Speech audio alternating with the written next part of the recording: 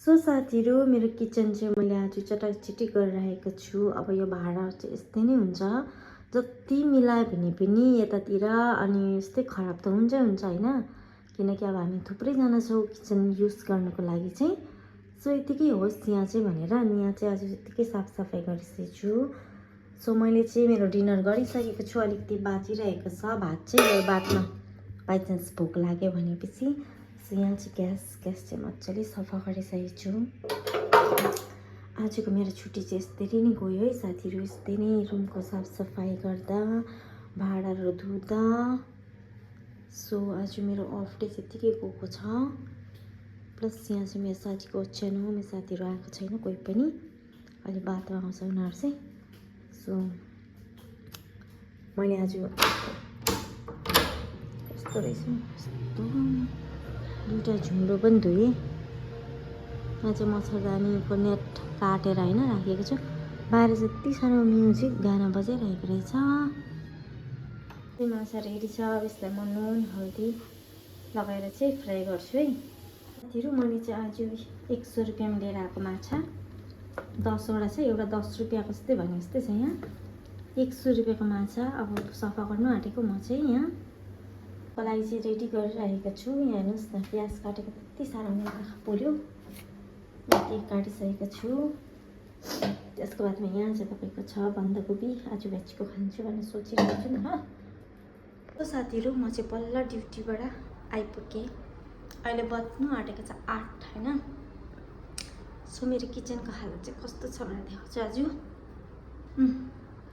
Kitchen चाहिँ आज यस्तो छ, यहाँ चाहिँ देख्नुहुँदैछ ब्याकग्राउन्ड, अन्डा छ, टिफिन बक्स छ, चाना छ। अरू आज सनक्सिनी गरेर गएको छ साथीहरूले पनि। किचनलाई चाहिँ एकदम राम्रो क्लिन एन्ड निट होइन।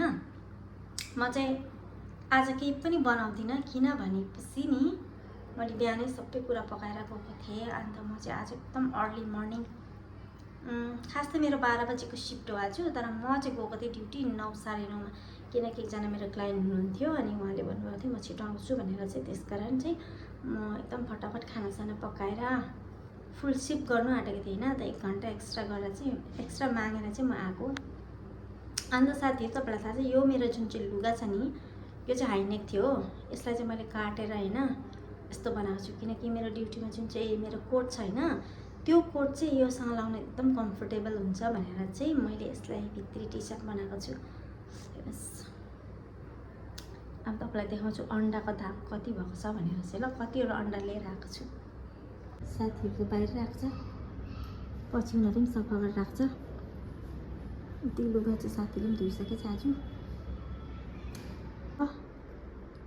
जुत्ताहरू यो चाहिँ बालु हुन्छ नि त हो, बाहिरबाट आएको स्लिपर चाहिँ अलग्गै राख्छु।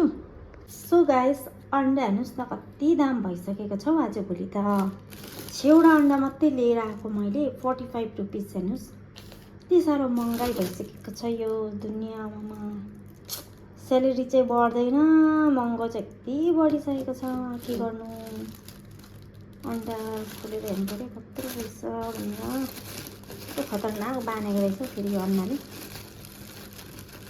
अन्त लास्ट टाइम पनि अन्डा 7 रुपियाँ, कुनै दोकानमा त 7 रुपियाँ 7.50 भन्छ हौ, कुनैमा त महँगाइ भन्छ हौ कस्तो। सो आज मेरो एउटा अन्डा चाहिँ साथीलाई दिनु छ, एउटा अन्डा चाहिँ साथीलाई दिनु छ।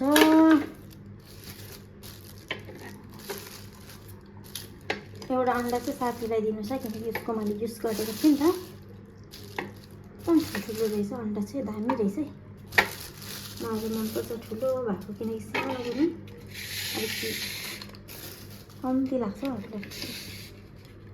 45 रुपिसमा लिएर आएको हेर्नुहोस् त छ कि। यहाँ चाहिँ म राखिदिँदैछु साथीहरूको अन्डा। साथीहरूको पनि 3टा मात्रै रहेछ अन्डा, अनि एउटा राखिदिएको छु, 6टा भइहालेको छ। आज चाहिँ फ्रिजमा केही पनि छैन खानेकुराहरू। यो चाहिँ के रहेछ हौ, साथीले के बनाएको रहेछ, ए चाम्रे बनाएर गएको रहेछ, कोही भएको छैन। सो गाइस म चाहिँ फाइनली ओछ्यानमा आइसकेको छु, बिस्तारामा आइसकेको छु। आफैलाई यस्तरी हेर्छु कि कस्तो मोटाइरहेछु म त। त्यो टाउको दुखेर आएको छ कि मेरो। बल्ल होला मैले रेस्ट गरेको चाहिँ भनेको आराम लाग्दैछ नि। त्यो टाउको दुखेर आएको छ कि मेरो। फेस पनि कस्तो काली देख्दैछु म त। सबैले भन्छ कि आइफोनमा साँच्चै काली देख्छ भन्छ नि। अब रियलिटी त भन्छन्, रियलिटीमा चाहिँ रियलमा चाहिँ म काली छुइनँ है साथीहरू, चाहिँ गोरी छु नि फेरि। तर आइफोनमा चाहिँ मलाई काली देखिरहेको छु। मलाई थाहा छैन किन यस्तो काली देखेको भनेर। रियलमा चाहिँ म गोरी नै छु होइन, तर यहाँ चाहिँ मलाई यति काली देखेको छ हौ। थाहा छैन किन, फोनको कमाल हो कि